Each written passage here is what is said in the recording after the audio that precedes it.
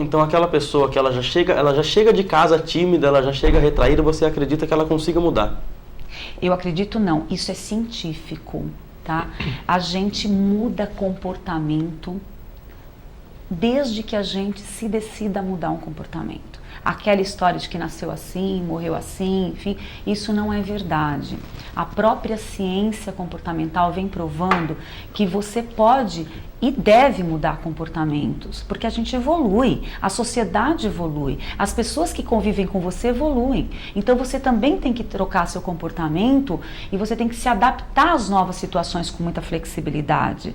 Para você ter ideia, a própria neurolinguística, que é uma linha que trabalha muito bem essa parte do comportamento humano, ela prova que em 21 dias você pode trocar um comportamento que você não considera assertivo, um comportamento que não está te fazendo muito feliz. Então você pode sim, desde que você repita esse comportamento insistentemente durante, no mínimo, 21 dias. Então vamos supor, Felipe, você tem medo de conversar em público, de falar com as pessoas. Você tem que vencer essa atitude, você vai uma vez, você fala, no começo você está muito nervoso, aí você insiste e fala de novo, você insiste e fala de novo, de repente, de tanto você repetir esse comportamento, isso se incorpora, se internaliza no cérebro humano como se fosse um software que foi reinstalado. Então, de repente, você se comporta de uma maneira solta, olha só, nossa, como eu mudei, como eu tô bem, puxa, eu nem acreditava que eu podia ser uma pessoa tão diferente. E isso para tudo, para timidez, para alguns medos que a gente tem aí no relacionamento amoroso, no relacionamento familiar, no relacionamento corporativo. Então, é possível sim, Felipe, a gente troca comportamento. Agora, podemos afirmar então que a comunicação é fundamental hoje para quem quiser sucesso, não é isso? A comunicação, ela é a base de toda a relação humana, mas aí vale um detalhe também, Antônio Carlos. A comunicação começa no intrapessoal. Como é que eu me comunico comigo? Então, como é que eu falo com a pessoa que eu sou? Quando eu acordo de manhã, quando eu olho no meu espelho, quais as primeiras coisas que eu digo para mim mesma? Quais são os meus pensamentos em relação a mim? São negativos? Eu estou me depreciando? Eu estou me sentindo inferior às outras pessoas? Ou eu olho para mim e penso positivamente? Eu me digo palavras de incentivo? Eu me comunico assertivamente comigo mesmo?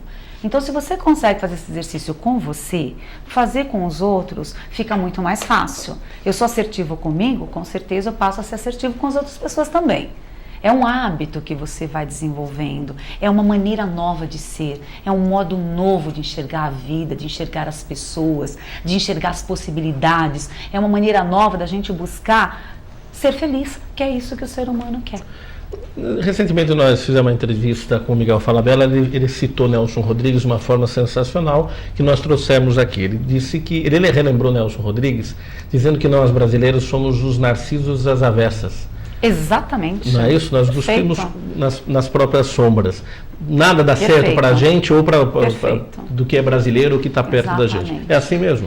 Perfeito. Nós somos narcisos às avessas, nós somos Flintstones às avessas, porque nós somos muito moderninhos por fora, mas no fundo, lá no nosso processo interno, nós ainda somos muito antiquados. A gente ainda traz na nossa memória genética um comportamento muito menos atualizado do que o comportamento que a mídia, por exemplo, nos impõe hoje, né? Em termos de beleza, de físico, de necessidades, do ter e não do ser. Então, na realidade, esse processo todo de comunicação, e aí até aproveitando o teu gancho, a própria tecnologia facilitou muito a comunicação, mas ela facilitou do ponto de vista tecnológico. Sim. Mas as pessoas, elas não estão conseguindo se comunicar com essa mesma liberdade que elas se comunicam com as máquinas. E é isso que tá deixando o próprio mundo muito mais preocupado. Crianças hoje, aí em idade de 7, 9 anos, ela já tem um MSN, ela conversa, fala, nossa, como essa criança se comunica bem, e se você conversa com uma pessoa, né? Você fala, mas essa pessoa é muito simpática, conversa muito. Ao vivo a coisa já não funciona mais. Pois é, você viu uma criança de 9 anos dominando equipamentos que eu mesma, às vezes eu tenho algumas dificuldades e de repente eu tenho aí filhos em 3 fases de idade, né? Eu vejo a minha caçula, por exemplo, dominando algumas coisas com 13 anos, e eu com 13 anos eu brincava de boneca. Aí eu falo, nossa, mas como elas estão evoluídas na comunicação. Agora precisa ver se esses jovens, se esses adolescentes, se esses adultos, se eles têm essa mesma facilidade de comunicação, essa mesma intimidade com a comunicação quando ele olha nos olhos das pessoas. Não é? É isso que a gente tem que se perguntar. Como eu estou lidando com o outro, com a comunicação com o outro? Eu olho nos olhos, eu realmente me mostro como eu sou, ou eu faço de novo aquele estilo tipo assim? Que pega bem para todo mundo, pega bem dentro dessa sociedade robotizada. Mas quando você fala de relações humanas sinceras, autênticas, quando você fala da necessidade de doação, do ser humano ter que realmente se mostrar ao outro sem medos, para que ele possa ser tão transparente que o outro possa amá-lo pela sua essência e não só pelo que ele demonstra ser. Então aí fica a grande questão da comunicação. A comunicação realmente evoluiu muito, mas quanto do ser humano evoluiu junto com essa comunicação? Quanto do meu processo interno enquanto ser humano acompanhou o processo evolutivo dessa rapidez, dessa tecnologia, Parece dessa que eles revolução? caminharam separados, né? Parece que a gente está se distanciando. Até porque essas coisas que você disse do olho no olho, né? A gente já até estudou a respeito disso, que a fala é apenas 7% da comunicação. Exato, né? Então, por isso que eu gosto do Felipe, viu? A comunicação então é importante, né? Muito bem informado, viu, Felipe? Hoje a comunicação, hoje não, isso é um estudo até do Albert Mehrabian, que ele já fez isso há alguns anos, ele fez esse estudo de aproximação, né, estatística nos Estados Unidos, e a gente sabe que a comunicação tem realmente 7%, as palavras têm 7% de importância na comunicação. Os outros 93% se referem ao modo como você expressa, à tonalidade da sua voz, o envolvimento que você dá nessa tonalidade, nessa flexibilidade da tua voz e a sua comunicação não verbal. Porque você pode dizer com palavras algo que o teu corpo vai desmentir, que o teu tom de voz vai desmentir. E a tua comunicação fica não assertiva. Mas isso não quer dizer que a comunicação via MSN não é perfeita, a gente, né? não está dizendo que a gente tenha que abolir, né? A gente não está dizendo, olha, essa tecnologia a gente tem que tirar das nossas vidas. Eu acredito que a gente tem que usar a tecnologia a nosso favor. Então, usar o melhor dela, usar sim, praticar e todas essas formas de comunicação modernas, mas desde que, quando alguém tira a máquina da sua frente, você consiga ser a mesma pessoa que estava por trás dessa máquina. Aí fica tudo certo. Muito bem, nós vamos fazer a nossa primeira parada, já passaram uns 25 minutos. Falei que passa rápido? Passa rápido, né? Nós falamos que é 1h30. Então, tudo isso, será que tem para falar? Tem muita coisa ainda para a gente comentar e você pode participar com a gente, já faça a pergunta também. Mas vamos aproveitar esse finalzinho desse bloco também. Hoje que nós estamos entrevistando a consultora empresarial Sandra Lúcia do Nascimento, ao lado do Felipe Oliveira, que é repórter do Altiora Jornal. A gente vai voltar já falando disso, mas toda semana a gente está trazendo pelo menos o lado cultural também. Nós estivemos na quarta-feira na apresentação para a imprensa, TV Altiora, da peça 12 Homens e uma Sentença, que entra em cartaz, estreia nesta sexta-feira em São Paulo. Eu faço um convite para você para conhecer um pouquinho. Muita gente sabe do filme.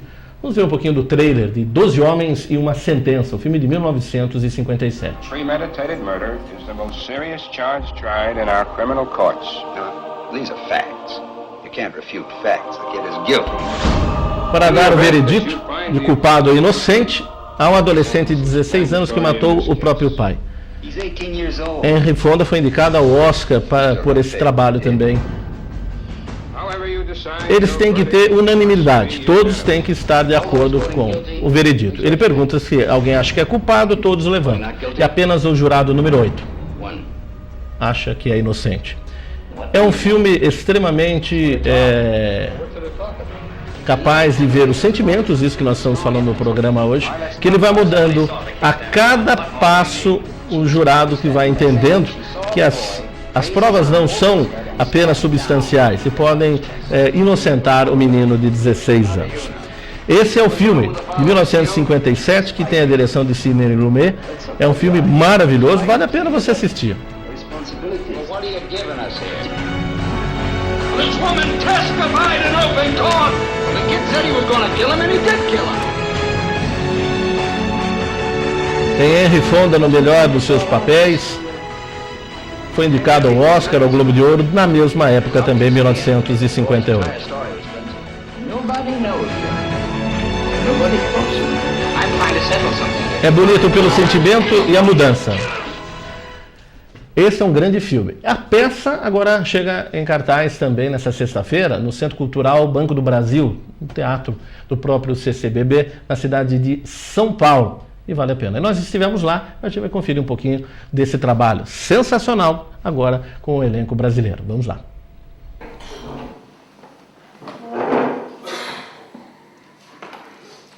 Desculpa, o senhor pode falar quando o senhor quiser. O que o senhor acha que veio? Muito triste para ele perceber que a sua vida... Mas supondo que ele tivesse ouvido, quantas vezes cada um de nós aqui já não disse isso para você? Aí também o Norival Riso, o Genésio de Barros, o José Renato, Oswaldo Mendes, o Eduardo Semerjan e o André Garoli. São 12 no palco também. O Ricardo Dantas, o Brian Benido, compõem esta mesa que tem que chegar no veredito por unanimidade. Augusto César também no elenco, Marcelo Pacífico. A direção de 12 Homens e uma Sentença de Eduardo Tolentino. O Ivel Miller está também na peça e Fernando Medeiros. A direção de Eduardo Tolentino. Acho que concordamos que o velho não poderia ter ouvido o rapaz gritar. Tem perto de 80 minutos ou até 100 minutos no Teatro do Centro Cultural Banco do Brasil, em São Paulo, de quinta a domingo. É uma grande peça de alto nível que eu convido a você, não só na área... Esse povo tá falando, gente? Tem lógica, o velho. Por que ele mentiria? O que ele ia ganhar com isso? Quer ganhar um pouco de atenção. Ah, palpite brilhante. Por que não joga na loteria, vovô? Assim, quem sabe... O senhor está falando assim com eles. A gente vai falar com uma pessoa mais velha. O senhor devia ter mais... Mas tira a mão de mim, rapaz. Que isso? Fala assim com uma pessoa mais velha, ele precisa tomar uma porrada. Que criatividade. Escreveu tudo isso sozinho, vovô? Senhores, esse caso está baseado numa compreensão razoável e lógica de fatos. Vamos nos ater a isso. 12 Homens e uma Sentença. Eu faço o convite para você assistir também em São Paulo. É uma grande peça. Nós tivemos a oportunidade de estar acompanhando nessa semana. Um rápido intervalo, voltamos já já com o programa Coletivo da Imprensa.